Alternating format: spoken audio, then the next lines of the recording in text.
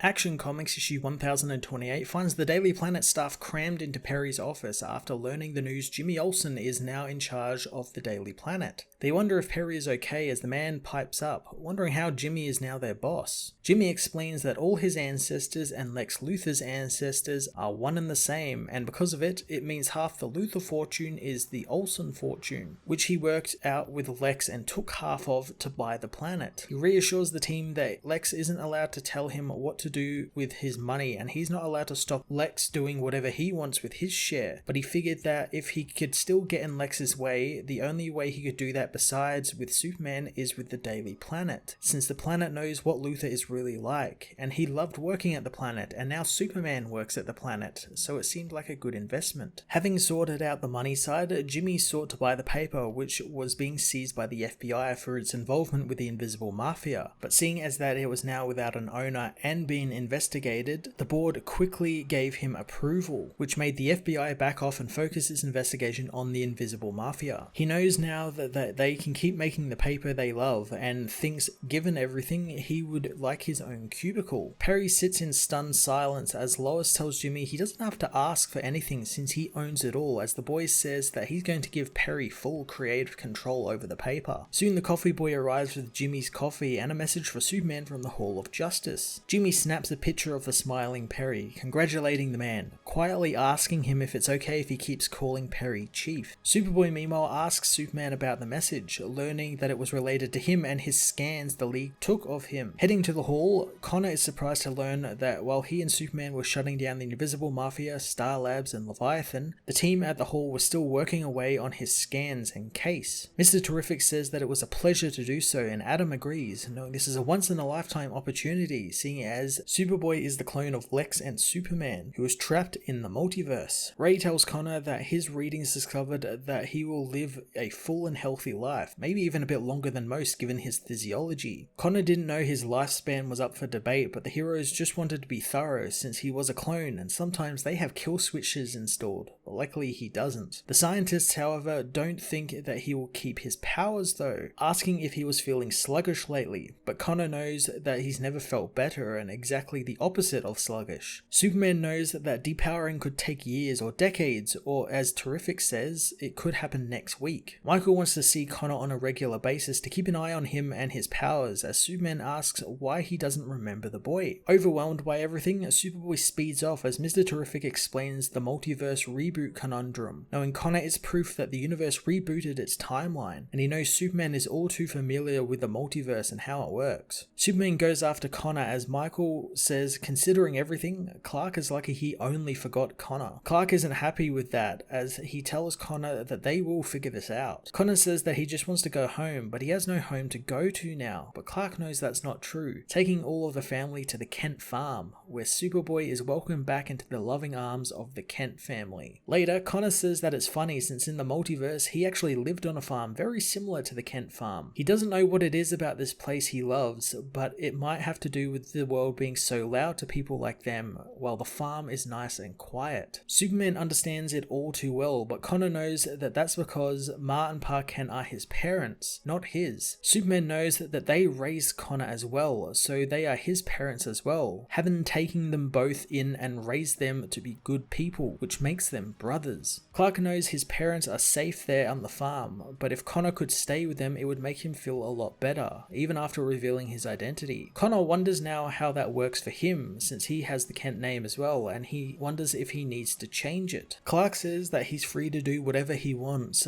but he wants the boy to know that he is proud to have him in his family. He also promises the boy that they'll work on his impulse control in battle as Krypto speeds up to the family, happily greeting Superboy, whom he seems to remember. Supergirl tells the family that she's got to get going, telling her cousin that she loves him and that Superboy has this, and if he doesn't, Krypto has it for him. Returning to the ground, Clark and Jon leave Connor with Ma and Pa and Krypto, leaving the boy to re-find his place in the world as the father and son duo head to get tacos in Metropolis. Jon, however, was thinking of doing something else, since the city has been so stressed lately thanks to all of the gangsters and Luthors and Leviathans, so he just wants to fly around and spread a little bit of something else, wanting to take the afternoon to just help. Superman and Superboy take to the city to give out food to the needy, talking about Jon's time with the Legion, with Clark learning that the people of the future still fight over stupid things, learning that 1,000 years from now, ego and intolerance are still a big thing. Helping replace a school bus's tire, Clark learns his son is now dating and is well aware that it's Saturn Girl, telling his son as they team with Batman and Robin that it was way too obvious. Damian finds Penguin running to Metropolis to overtake a criminal empire Superman had already dealt with, quite hilarious as they all go and grab tacos. Clark tells Damian all about Saturn Girl, finding her psychic powers reassuring for his son, since he often finds himself going to his psychic friends for guidance first. Jon, however, is a little bit worried to it since he might think something wrong, but Clark knows he will only think things a healthy, normal teenager would. Clark also shares a bit of information that Manhunter told him about how psychics view the world differently, and many can skip over the base level of thought people have to get to the real person inside, hoping the piece of information helps his son, and Jon thinks it will. While delivering tacos to Lois, the heroes see something that needs dealing with, taking down some more invisible mafia goons, sweeping them up as Lois and Jimmy cover it for the paper. The goons are surprised that Leone would just run out on them and leave them high and dry,